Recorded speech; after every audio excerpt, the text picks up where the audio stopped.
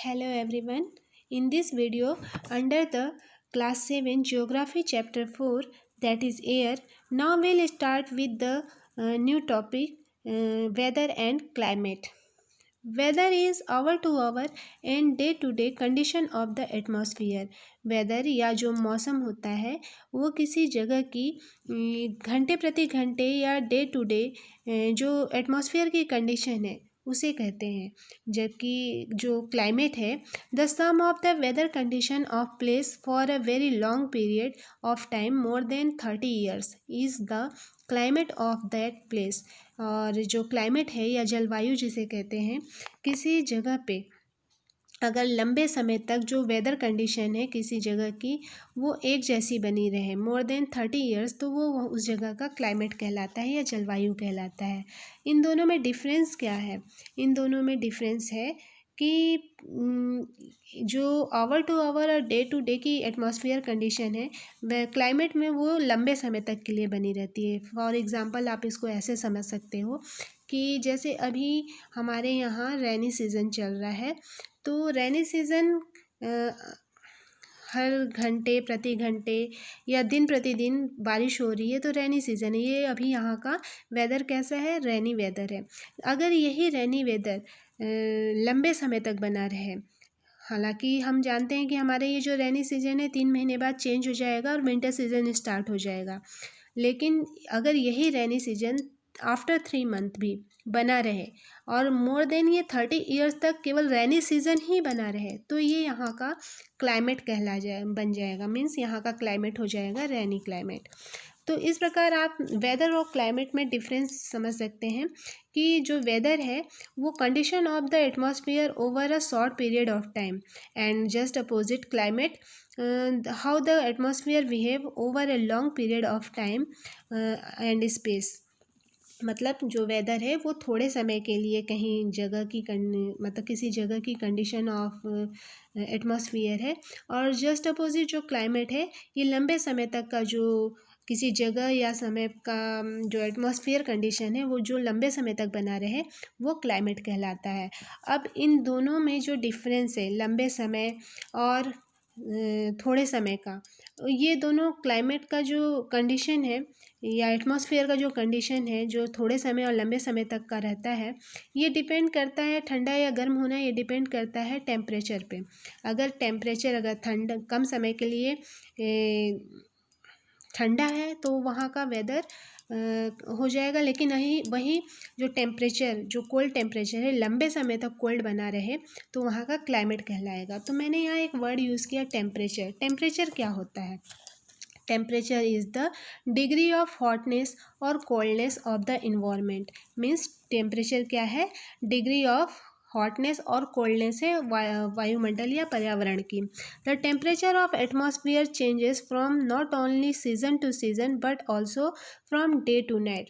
जो टेम्परेचर है एटमॉस्फेयर का, इसमें ये न केवल सीज़न टू सीज़न चेंज होता है बल्कि ये डे और नाइट में भी चेंज होता रहता है। जैसे गर्मी के सीज़न में आप देखोगे कि दिन के समय बहुत गर्मी रहती है, लू चलती है, गर्म हवाएं चलती हैं, दिन भर बहुत गर्मी लगती है, लेकिन जैसे जैसे शाम होती है और रात बढ़ती जाती है तो थोड़ी ठंडक महसूस होती है। तो इसी को यहाँ कहा जा रहा है कि एटमॉस्फेयर का टेम्परेचर चेंज होता रहता है, न केवल सीज़न टू सीज़न बल्कि डे टू नाइट भी चेंज होता रहता है।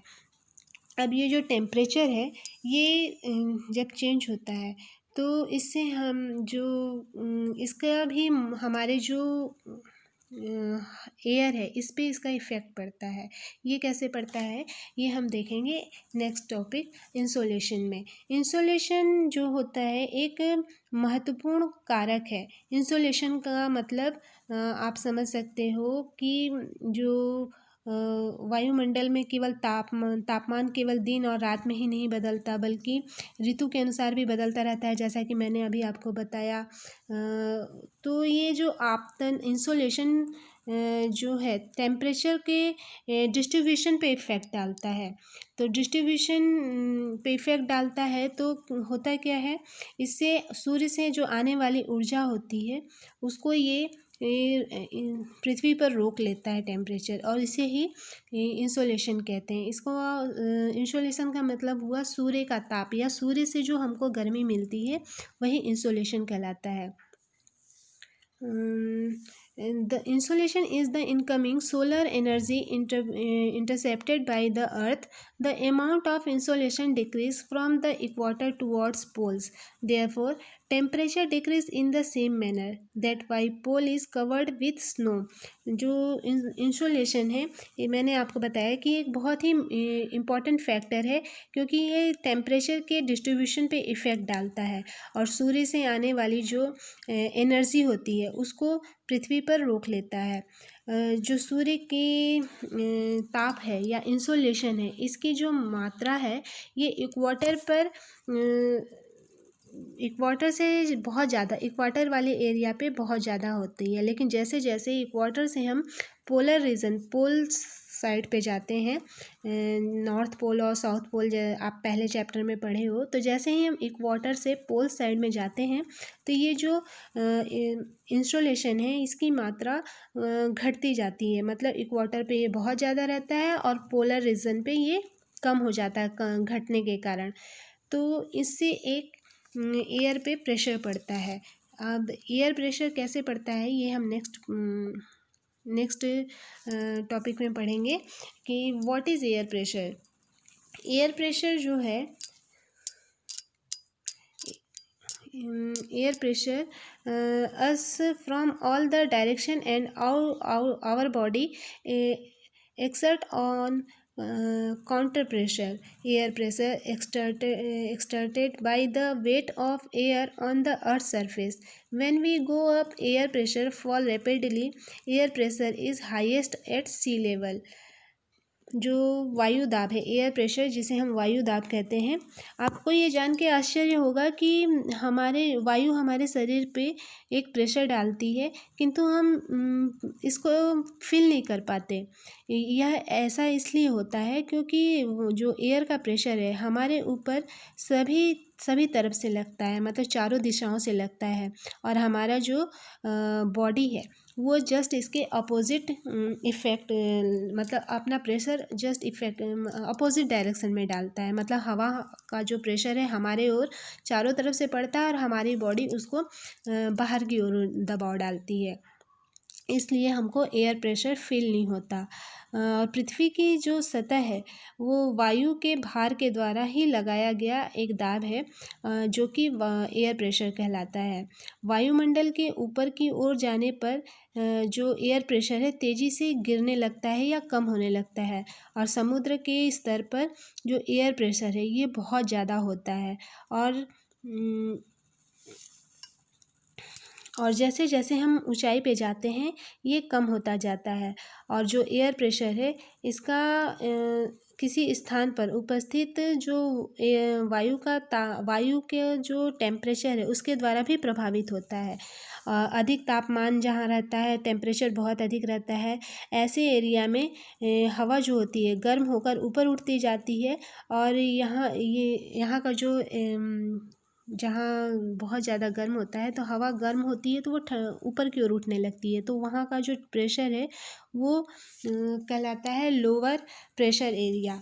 लोअर प्रेशर एरियाज इसी से समझ में आता है, it is created by heating of air, means जब हवा जब बहुत गर्म होती है तो वहाँ पे लो प्रेशर एरिया बन जाती है। Air rise in the low pressure area, heavy air sink the create high pressure area. अब ये हम नेक्स्ट इसको और अच्छे से समझेंगे। विंड में movement of air from a high pressure area to a low pressure area, this movement is called wind. मैंने जैसा कि अभी बताया कि हवा का जो जहाँ टेम्परेचर बहुत ज़्यादा रहता है तो हवा जब गर्म होती है तो ऊपर की ओर उठती है और ठंडी हवा नीचे की ओर भरती जाती है, तो वहाँ एक दाब उत्पन्न होता है, और इसी जो लो प्रेशर का जो मतलब ठंडी हवा जब दाब डालती है तो उसको लो प्रेशर एरिया कहलाता है। और यही जो मूवमेंट है हवा का, जो हाई प्रेशर एरिया से लो प्रेशर एरिया की ओर जाता है, ऊपर नीचे कन्वर्ट होता रहता है, इसी मूवमेंट को हम विंड कहते हैं। Wind is named after the direction from which is blow. For example westerly winds blow from the west. जो हवा है मैंने अभी बताया कि जो लो प्रेशर मतलब हाई प्रेशर से लो प्रेशर की ओर जाती है और इसी को हम विंड कहते हैं। जब सड़क पर जो पत्तियां गिरी रहती हैं वो उड़ती हैं या तूफान आता है उस समय पेड़ों को उखाड़ देती हैं। कभी कभी जब हवा धीरे धीरे चलती है तो हम छोटे छोटे धूल कण वगैरह डस्ट वगैरह उड़ते हुए देख सकते हैं। और कभी कभी हवा इतनी तेज़ होती है कि इसके विपरीत दिशा में हम जब चलते हैं, मतलब सामने से बहुत तेज़ हवा आ रही है और हम उसके साथ अगर हमारे पीछे से हवा पड़ती है तो हम बहुत तेज़ी से आगे बढ़ते हैं, लेकिन सामने से हवा आ रही है और हम आगे की ओर जा रहे हैं तो हमको प्रेशर फील होता है, हमको चलने में कठिनाई होती है। तो आपने भी ये अनुभव किया होगा कि तेज़ हवा में छाता लेकर चलना भी बहुत मुश्किल होता है। और इसके अलावा जब हम तेज़ हवा के कारण अपने ये जो समस्या उत्पन्न होती है ये ही विंड या एयर प्रेशर मतलब कहलाता है, जिससे हमको उस तेज़ हवा में तेज़ जो विंड है उसमें चलने में थोड़ी दिक्कत होती है, या हवा जब तेज़ हवा में लेके चलते हैं छाता तो वो उड़ जाता है। तो नेक्स्ट ये जो विंड है ये 3 टाइप्स के विंड होते हैं। फर्स्ट है permanent winds, second seasonal winds, third local winds. Permanent winds क्या होता है? Permanent winds this blow constantly through the year in particular direction. जो परमानेंट विंड है वो पर्टिकुलर डायरेक्शन में एक निश्चित दिशा में चलती रहती है। ये 3 प्रकार की होती हैं, ट्रेड विंड्स, वेस्टर्लाइज एंड ईस्टर्लाइज। मीन्स जो व्यापारिक जो विंड है और या फिर वेस्टर्लाइज पूर्वी विंड है या ईस्टर्लाइज या विंड है, ये वर्ष भर लगातार निश्चित दिशा में चलती रहती हैं। ये परमानेंट विंड्स के टाइप हैं। सेकंड है seasonal winds, it change the direction in different season. जो सीजनल विंड्स हैं ये डिफरेंट सीजन में बदलती रहती हैं। फॉर एग्जांपल मानसून में विंड जो ठंडी हवा होती है मतलब मानसून कहलाता है। ऐसी समर सीजन में हम जो विंड है वो गर्म होती है। तो सीजनल विंड्स का मतलब है कि ये डिफरेंट सीजन में चेंज होता रहता है इनको। एंड थर्ड विंड के थर्ड टाइप है local wind. Winds blow a particular direction in a particular area. जो लोकल विंड या जिन्हें स्थानीय हवा कहते हैं, ये जो हवा है किसी छोटे क्षेत्र में वर्ष या दिन में किसी विशेष समय में चलती हैं। For example land and sea breeze लू dry and hot air in the northern area. जैसे आप इसको समझ सकते हैं कि समुद्र के किनारे आप जाओगे तो समुद्र के किनारे आपको हर समय ठंडी हवा महसूस होगी, लेकिन वहाँ का क्लाइमेट थोड़ा सा क्या कह सकते हैं, थोड़ा मतलब आपको चिपचिपा सा महसूस होगा। लेकिन हर समय वहाँ समुद्र के किनारे वाले एरिया पे हवा फील होगी। तो ये लोकल विंड्स हैं, मतलब केवल समुद्र के किनारे के जो एरिया है वहीं पे ये विंड फील होगा। आपको जैसे जैसे समुद्र से दूर जाते जाएंगे तो वो विंड फील नहीं होगा, इसलिए इस तरह की विंड को लोकल विंड का नाम दिया गया है। जैसे कि मैंने आपको यहाँ अभी विंड के बारे में बताया, इस इमेज में विंड का कैसे इफ़ेक्ट पड़ता है, एयर प्रेशर कैसे पड़ता है, ये सब इस इमेज में दिखाया गया है। अभी मैंने आपको बताया कि इक्वाटोरियल एरिया जो है, यहाँ से हम जैसे ही पोलर रीजन की तरफ जाते हैं तो प्रेशर बढ़ता जाता है और उधर से वो अपना प्रेशर डालते रहते हैं। अभी जितना कुछ मैंने बताया आपको इस इमेज में आपको अच्छे से समझ में आ जाएगा अगर इस इमेज को आप ध्यान से देखेंगे। नेक्स्ट यहाँ पे विंड का ही लोकल विंड का कैसे इफ़ेक्ट पड़ता है। ठंडी हवा, जैसे कि मैंने अभी बताया कि जो ठंडी हवा है वो गर्म हवा है वो नीचे से ऊपर की ओर जाती है और ठंडी हवा नीचे की ओर आती है और यह चक्र चलता रहता है। ये जो सी एरिया है वहाँ पे किस तरीके से आफ्टरनून के टाइम में उसका इफ़ेक्ट कैसा रहता है और नाइट टाइम में कैसा इफ़ेक्ट रहता है वो यहाँ इस इमेज में दिखाया दिखाया गया है। Next, moisture. हवा में जब विंड में जब हॉटनेस या कोल्डनेस होती है तो वो उसका एक मेन रीज़न होता है मॉइस्चर बनता है। अब यहाँ ये जानना है कि मॉइस्चर क्या है। Moisture when the water evaporated from land and water bodies, this evaporated water is called moisture. Moisture means आर्द्रता। जब जो वाटर है पृथ्वी पर विभिन्न प्रकार के जलाशयों से वाष्पित होता है, जब उसका वाष्पन होता है, वो इवापोरेट होता है, तो वह जलवाष्प बन जाता है। और वायु में किसी भी समय जो जलवाष्प की मात्रा जो होती है वही उसका मॉइस्चर कहलाता है। जब वायु में जलवाष्प की जो मॉइस्चर की मात्रा है वो बहुत ज़्यादा होती है तो उसे हम कहते हैं, उसका नाम दिया गया है आर्द्र दिन, या फिर उसको आर्द्र दिन या फिर कहते हैं ह्यूमिडिटी या फिर ह्यूमिडिटी डे या ह्यूमिड डे कहते हैं, मतलब आर्द्र दिन कहते हैं। और इसी प्रकार जैसे जैसे वायु गर्म होती जाती है और इस जो मॉइस्चर है वो बहुत अधिक जो मॉइस्चर है उसको इवापोरेट होने का जो क्षमता है वो बहुत ज़्यादा बढ़ जाती है। और दिन में कपड़े सूखने में भी ऐसे जगह पे बहुत समय लगता है जहाँ पे ह्यूमिड क्लाइमेट होता है, तो वहाँ कपड़ा वगैरह हम बहुत सुखाने में बहुत टाइम लगेगा। जैसे आप बारिश के दिनों में आप फील करोगे कि अगर बारिश नहीं भी हो रही है लेकिन क्लाइमेट कैसा है, थोड़ा ठंडा है और मॉइस्चर बना हुआ है, नमी बनी हुई है, तो हमारे कपड़े बारिश नहीं होने के बाद भी सूखने में 2 या 3 दिन लगते हैं। तो इसी को कहा गया है कि मतलब वायुमंडल अभी आर्द्र है या वायुमंडल में मॉइस्चर है। और हमारे शरीर से भी पसीना जो निकलता है वो जल्दी नहीं सूख पाता और थोड़ा हम डिफ़िकल्ट फील करते हैं। और जो ये मॉइस्चर है जैसे ऊपर उठता है तो ये ठंडा होना शुरू हो जाता है, और जब मॉइस्चर मतलब संघनित होकर नीचे की ओर आता है तो मतलब जल की बूंदें बनते हैं, और इन्हीं जल की बूंदों से बारिश मतलब जल की बूंदें जब इतनी बहुत ज़्यादा हो जाती हैं तो बारिश होती है। आकाश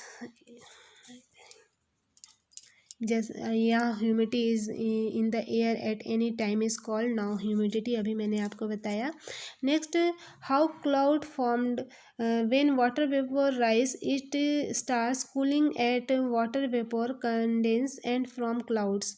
मतलब मैंने अभी आपको बताया कि जब वाटर वेपर ऊपर की ओर उठते हैं और ये ठंडे गर्म रहते हैं, तो पहले आपको स्टार्टिंग में मैंने बताया कि हवा जब गर्म होती है तो ऊपर की ओर उठती है, तो इस हवा में कुछ वाटर वेपर्स भी होते हैं जो हवा में रहते हैं और वो गर्म हवा के साथ ऊपर की ओर उठते हैं। लेकिन जब हवा ठंडी होती है और नीचे की ओर आने लगती है, गर्म होता है उसका आयतन, तो वाटर वेपर्स नीचे की ओर आने लगते हैं और ये क्लाउड्स बनाते हैं, और इसकी वजह से ही जलवाष्प है वो जल की बूंदों के रूप में नीचे गिरती हैं और रेनफॉल होता है।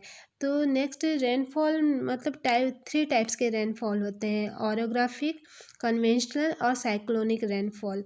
ये जो रेनफॉल है आकाश में उड़ते हुए जेट हवाई जहाज़ अपने पीछे सफ़ेद, आपने देखा होगा कि जब जेट प्लेन उड़ता है तो पीछे हवा में सफ़ेद सफ़ेद बादल जैसा दिखता है, छोड़ दें मतलब सफ़ेद सफ़ेद हवा जो आप देखे होंगे एरोप्लेन पीछे बादल जैसे सफ़ेद सफ़ेद दिखता है।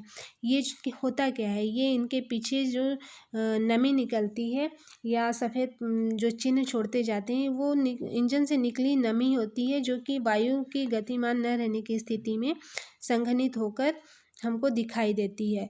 और पृथ्वी पे जो जल के रूप में गिरने वाला जो वर्षा का जल है, वो जो मतलब वेपर्स हैं, वाटर वेपर्स हैं, वे ही वर्षा कहलाती हैं। और ज़्यादातर जो वर्षा होती है ये पौधे इसको ग्रहण कर लेते हैं और इनके बढ़ने में ये हेल्प करती है।